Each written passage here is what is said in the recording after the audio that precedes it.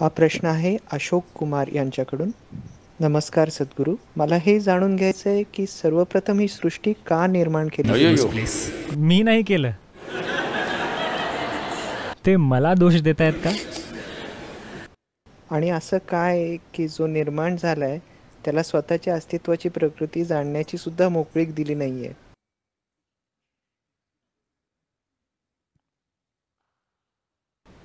जो निर्माण झालाय, निर्माण झालेला, निर्माता नाही. ठीक आहे.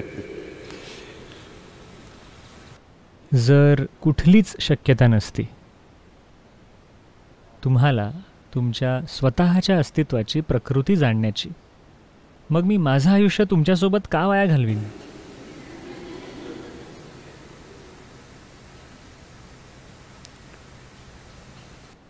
कारण काहीच शक्यता नसली असती तर काय अर्थ आहे?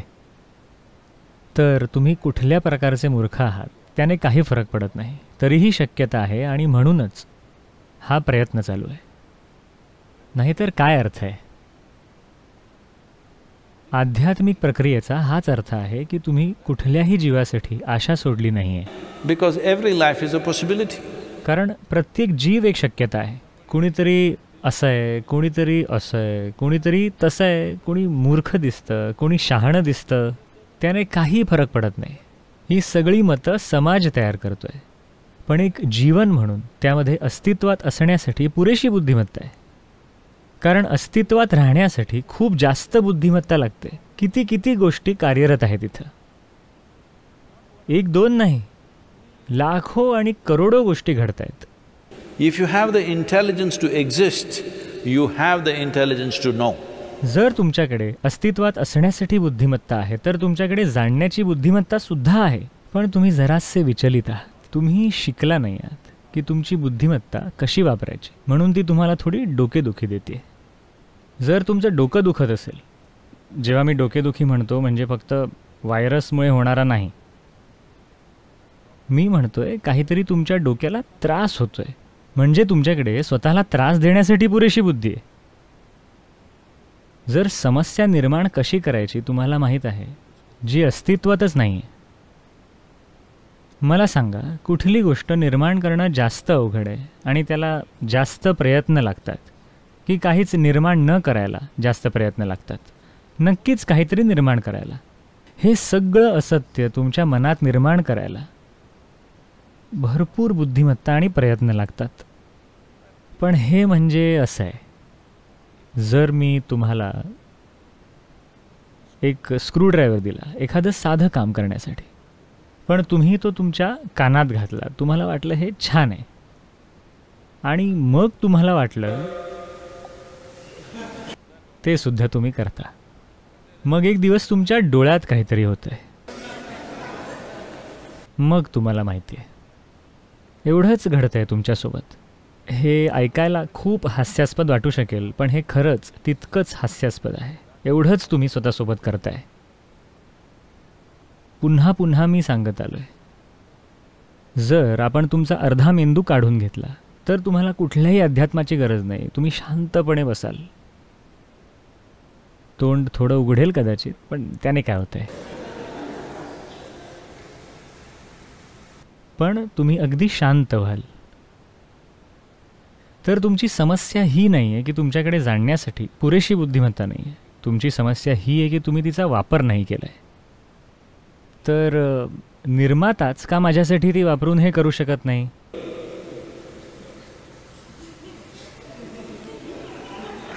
काय बोलायचं?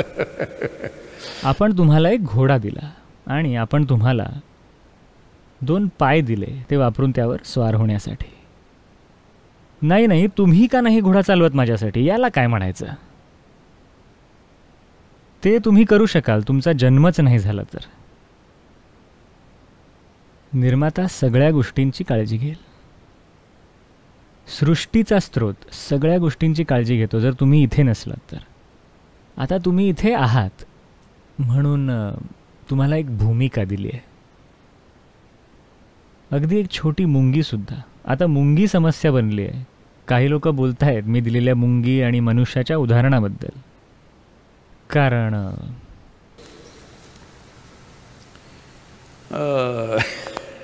अशी काही लोक आहे जी उदाहरणं सुद्धा शब्दशः घेतात. जर मी म्हणालो एक हत्ती आणि मुंगी, तर ते बोलतात हत्ती आणि मुंगीचा काय संबंध, ते एका प्रजातीचेही नाही आहेत, काय बोलतायत हे. मी असं नाही म्हणालो की त्यांचं लग्न झालं.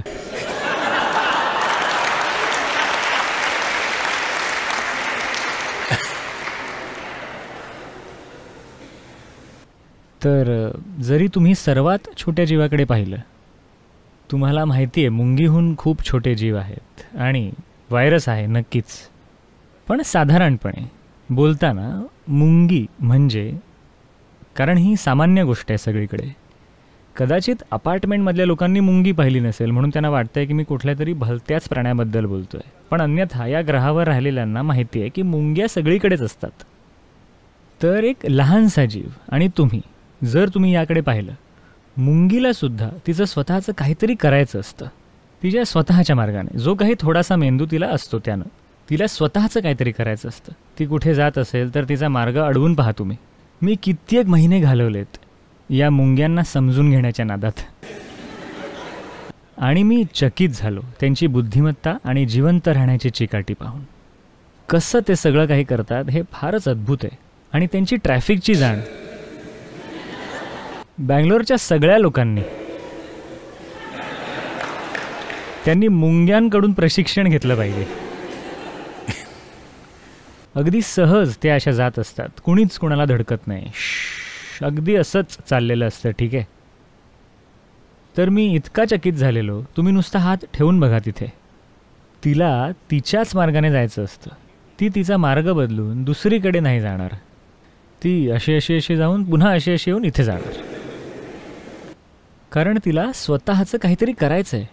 तर जीवनाचा हाच स्वभाव आहे. तेवढंच नाही, प्रत्येक जीव हे ह्या सृष्टीचं औदार्य आहे की तिनं तुम्हाला एक व्यक्तिगत अनुभव दिला आहे. जरा कल्पना करा, जर तुमच्याकडे मज्जासंस्था नसती तर संपलं. बहुतेक करून व्हायरसला व्यक्तिगत अनुभव नाही आहे, कारण त्याच्याकडे मज्जासंस्था नाही आहे. आपल्याला माहीत नाही, पण मी असं समजतोय. कदाचित त्याच्याकडे व्यक्तिगत अनुभव नाही आहे, ते एक सामूहिक अस्तित्व आहे कदाचित. पण आपल्याकडे व्यक्तिगत अनुभव आहे. आपण सगळे त्याच मातीतून आलोय, पण आपल्याकडे व्यक्तिगत अनुभव इकडे बसल्या बसल्या ही काही लहान गोष्ट नाही आहे. ही आपल्या आयुष्यातली सर्वात मोलाची गोष्ट आहे की आपल्याकडे व्यक्तिगत अनुभव आहे. जेव्हा तुमच्याकडे व्यक्तिगत अनुभव आहे, मग हे तुमचं काम नाही का की तुमची जाणण्याची बुद्धी हाताळावी आणि वापरावी? तुमच्याकडे जाणण्यासाठी पुरेशी बुद्धिमत्ता आहे का? नक्कीच आहे. मी आधी म्हटल्याप्रमाणे, जर तुमच्याकडे अस्तित्वात असण्याची बुद्धी आहे, तुमच्याकडे जाणण्याची बुद्धीसुद्धा आहे. पण तुम्ही स्वर्गात जाल असं लोकांनी तुम्हाला सांगितल्यामुळे तुम्ही ती जपून ठेवताय दुसऱ्या कुठल्या जागी वापरण्यासाठी. पण स्मशानात नेल्यावर आम्ही तुमचा मेंदूसुद्धा जाळतो. निदान ईशाच्या स्मशानांमध्ये मेंदूसुद्धा जाळले जातात. तर तुम्ही जर ते जपून ठेवत असाल तिकडे नेऊन वापरण्यासाठी, तर नाही, आम्ही इथेच जाळून टाकू. तिथे आपल्याला माहीत नाही की ते तुम्हाला मेंदू देतील की नाही. हो, कारण इथे तुमचा चालत नाही आहे, म्हणूनच तुम्हाला दुसरीकडे कुठेतरी जायचं आहे. आता वेळ आली आहे तुम्ही तुमच्या शरीराला, मेंदूला, ऊर्जेला इथेच काम करायला लावण्याची, त्यांच्या पूर्ण क्षमतेने, आणि त्यांना तुमच्या ताब्यात घेण्याची, तुम्हाला हवं त्या मार्गाने नेण्याची. आत्ता सध्या ते नुसतं इकडे तिकडे सांडतंय. तुमची बुद्धी नुसती सगळीकडे सांडते आणि समस्या निर्माण करते तुमच्यासाठी आणि आजूबाजूच्या सगळ्यांसाठी. तर असं नाही आहे की सृष्टीने तुम्हाला साधनं नाही दिली आहेत. साधनं आहेत, तुम्ही ती वापरली पाहिजेत. जर तुम्ही ती वापरत नसाल, तुम्ही ती स्वतः विरुद्ध वापरत असाल, लॉकडाऊन लॉकडाऊन लॉकडाऊन म्हणून स्वतःला त्रास करून घेत असाल,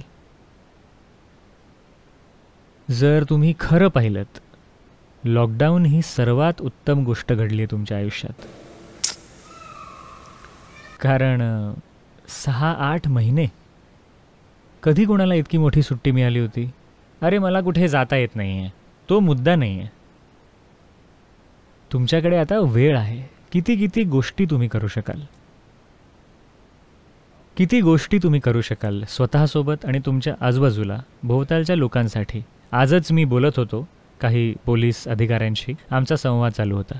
ते म्हणत होते चेन्नईमध्ये सुद्धा काय म्हणतात त्याला, घरगुती हिंसेच्या केस वाढत चालल्या आहेत.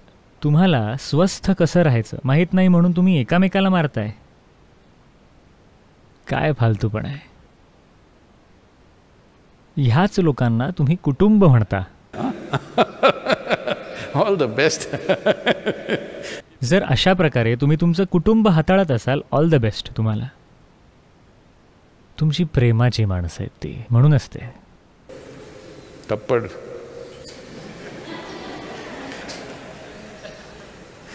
तुमच्या प्रेमाची माणसं फोडून काढताय तुम्ही तुमच्या प्रेमाची माणसं.